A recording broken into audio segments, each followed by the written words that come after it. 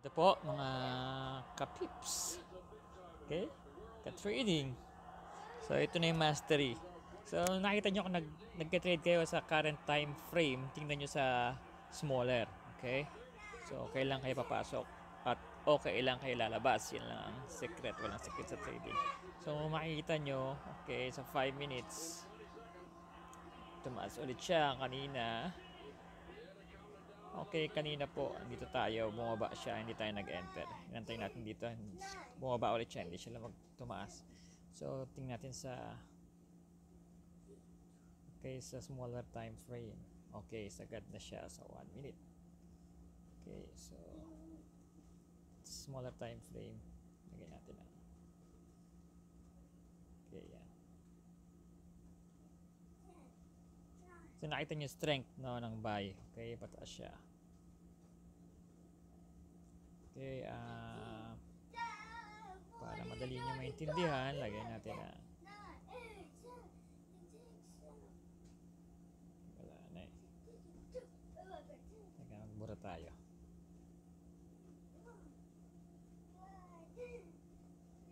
Ito na lang lipat natin ito. Okay, nakita niyo po yung guhit na yan. Diyan. Okay. And then, gugita niyo po ito.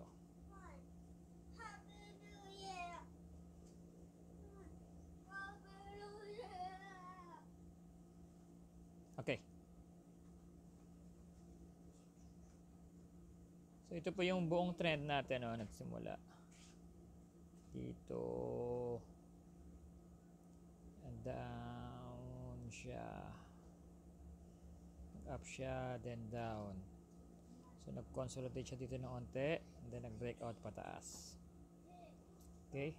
So, ang inaantay po natin dito, okay, is ito pong candlestick, yung green na yan sa huli, sa bandang kanan. Okay.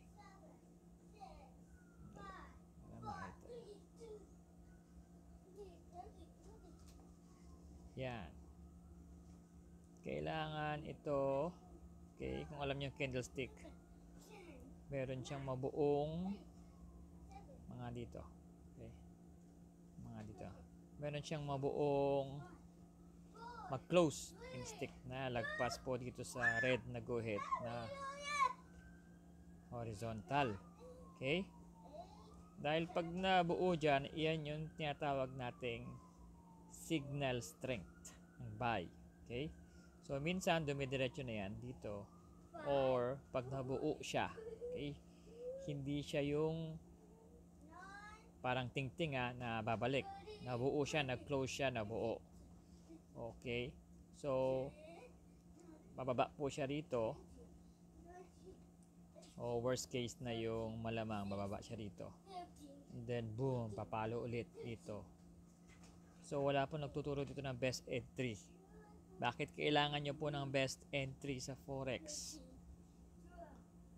Kasi para ma-manage nyo yung account nyo, ang Forex is all about entry and exit. Kung hindi nyo alam ang best entry at exit nyo, paano nyo mamamanage yung account nyo? Kung magkano yung exact na i-risk nyo na matatalo at exact po na mananalo. Kasi po, hindi lahat ng pasok nyo o entry nyo is win o profit. Meron po ditong palo, okay? May mga spike o tinatawag nilang reversal na biglaan, tapos biglaan din siyang babalik. May mga gantong instances. Pero at least, nagtitrade kayo, maybe high percentage, around 90%. So, manalo kayo ng 6 na beses, talo kayo ng 2 beses o 1 beses, okay lang po yun. Manalo kayo 3 beses, matalo kayo ng 1 beses, okay lang po yun. Okay? So, yan. So, ito, pumalo na siya, okay? So, nag-close. So, possible na mag-retrace po yan hanggang dito. So, doon kayo magkapasok. Okay. Mag-retrace po yan. Ito po yung actual real time. Or, didiretso na po siya dito. So, ang target natin muna dito, okay. Ang target natin muna is magbura tayo kasi sobrang dami na nating guhit at na-reach na natin yung limit. So any time frame po, applicable po to, hinahanap natin yung strength at yung possible na saan ka talaga papasok. So ito po yung first, no, na pwede nating take profit.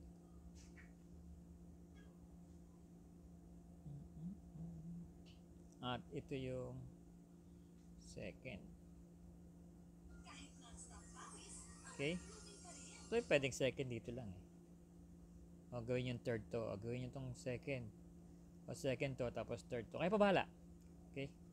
So kung gusto nyo mas safe, okay, i-take profit nyo sa dalawang yan o sa first, pinaka-safe dito.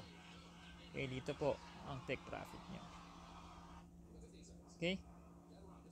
So, ito posibleng bumaba pa yan eh. Okay, kailangan mag-close po yan.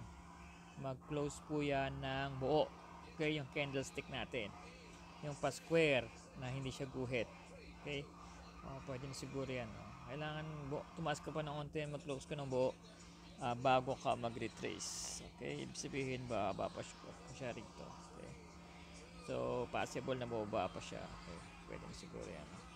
Possible na bababa siya rito. Tapos akit siya, lagpas siya. So, dito. No? I mean, ito actual. Okay? Ito po yung binabayaran ng, ito po yung pinaka holy grail o yung cream, no, pinaka hinahabol ng tao ba't sila nag-aaral at kung paano lalaki ang pera nyo sa forex. Okay? Pwede nyo i-compound or pwede kayong manalo. Target nyo 5%, 2% a day, 1% a day, doesn't matter. So in a matter of 1 month, 2 months or so, compound nyo ng pera nyo o lumaki na yung pera nyo. Okay?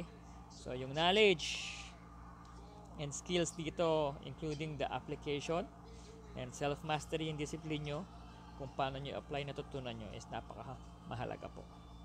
Okay? Kaya po mahal ang bayad sa learning sa trading ng forex kasi pag ganyan may negosyo kayo, nag-invest kayo sa business or any investment. So ang ROI nyo, let's say 5 million. Ang ROI nyo sa 5 million is around 5 years. Palagay mo 10 years. O palagay mo lang 5 years. Okay. ROI nyo pa lang yun. Ibig sabihin, nabawi nyo pa lang yung pera nyo in 5 years. Wala pa kayong kinita. Okay. Sa other businesses. And then pag minalas-malas kayo, nalugi, wash out na. Tapo na yung pera nyo. Okay. Or after nyo ma-ROI, saka pa lang kayo kikita. O na-ROI nyo nga, tapos hindi naman kayo kumita. Nalugi. So, same din. So, at least nabawi nyo yung puhunan nyo. Okay. Ilang years po yun. Dito po, starting day 1, ano po, 5 million kayo, o anumang amount, pwede nyo nang pakitain kung ilang percentage yung gusto nyo. Ayun yung pagkakaiba. So, may business kayo, meron pa kayong, let's say, instead of nasa banko yung pera nyo or nasa time deposit or somewhere else. Diba? Dito, pwede nyo pakitain o patubuin yung pera nyo. Okay po, yun po yung added bag. No? So, lagay natin dito. So, malalaman nyo lang po ito, maintindihan nyo to after all the basic and fundamental. No? So, yun. So, dito actually, mag-anta lang kayo ng retracement. I think this is enough. From here is enough. Is the strength. No? Na signal na pwede na kayong tumaya pag nag-retrace siya. Siguro mag-retrace siya rito or dito. Kaya mas maganda pag dito siya nag-retrace para mas malaki yung panalo nyo kung dito yung target nyo dito. So check natin again sa 5 minutes. Minsan kasi dumidiretso na yan, so hindi na kayo makakataya. O yan, like yan. No? Dito tayo kanina, inaantay natin 5 na, actually ito lang inaantay natin, sapat na yan eh. Sapat na yan na nag-retrace siya. Bang, mag-retrace siya rito or dito. Para dito, pwede na kayo tayo magpasok o dito. Okay, dito yung perfect entry. And then, aangat siya ulit. Dito. O, doon na. Ngayon, dumiretso siya. So, dito tayo nakapasok. So, it's okay. Pag hindi kayo nakahabol and then hindi siya nag-retrace, okay lang hindi kayo mag-trade. Antayin nyo ulit yung ganong opportunity. Ganun lang. So, ito lang yung secret. Wala talagang secret. It's trading is risk management. Diba? Para may... So, it's better slow na sure kaysa mabilis na sasakit naman ulo mo sa bandang huli. So, anong what good does it do, no? Ganon. Okay? So, for ano po siya? Conjunction o anong tawag mo dyan? Bang, hindi pa siya sabay-sabay. So, ayan, kaka-explain ko. Hindi na ako nakapag-enter. So, live po ito. So, trading in a nutshell. Kailan kayo papasok? Kailan kayo lalabas? So, ito, posible pa siyang dito. So, bago siya pumunta dyan, posible sana mag-retrace siya rito. Okay? Tapos, aangat. Bakit natin sinabing aangat? Kasi meron na po tayong confirmation na matibay dito ng buy. Okay? No confirmation, no trade. And no retracement, no trade po tayo. Otherwise, it will be sugal or pachamba-chamba. And we don't like that. Gusto niyo po bang maubos pera nyo?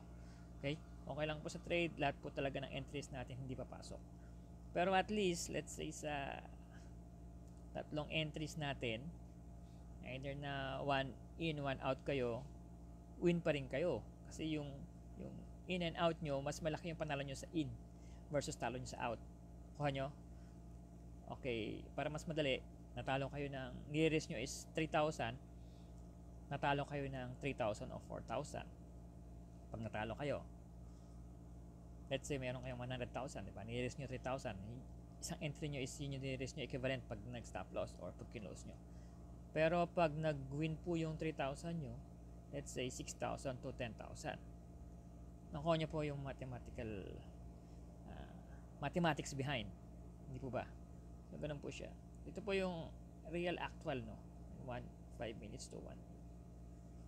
So, tumaas na po siya. Ayan. So, okay lang po hindi kayo nakapasok. At least alam nyo na. Diba? So, hindi po laging ganyan. Minsan, hindi siya dumidiretso. Kaya, okay, masaktan minsan dito lang o dito. Bang, ganyan yan. Mabilis. Okay, pag hindi kayo sharp, hindi kayo makahabol at hindi nyo mabasa ang trade, wag kayo mag-trade. No retracement, hindi nyo master, wag kayo mag-trade. Okay? May practice naman, may demo account, and then live account. Okay? Alright, so ganyan lang po. Ano yung possible best entry? So look for first, okay, anong current time frame nyo. Okay, then i-plot nyo. Kaya nyo pinaplat. Bakit nyo pinaplat? Okay, kaya dapat alam natin yung mga basic plotting. Kasi inaalam nyo kung saan kayo talaga exactly na best or better entries nyo para ma-manage nyo. It's all about risk management. Okay? Risk management, wala pong secret. Wala pong, ito yung pinabayaran nyo ng hundreds of thousands o millions sa iba. Okay? Or sa Harvard nga, nasa 3 million mahigit tuition doon, titira kayo doon. Okay? Para maging master trader kayo. Okay? Which it will all boils down to what? Entries and exit, and paano nyo ma-manage yung account nyo para lumaki siya. Thank you. That's all.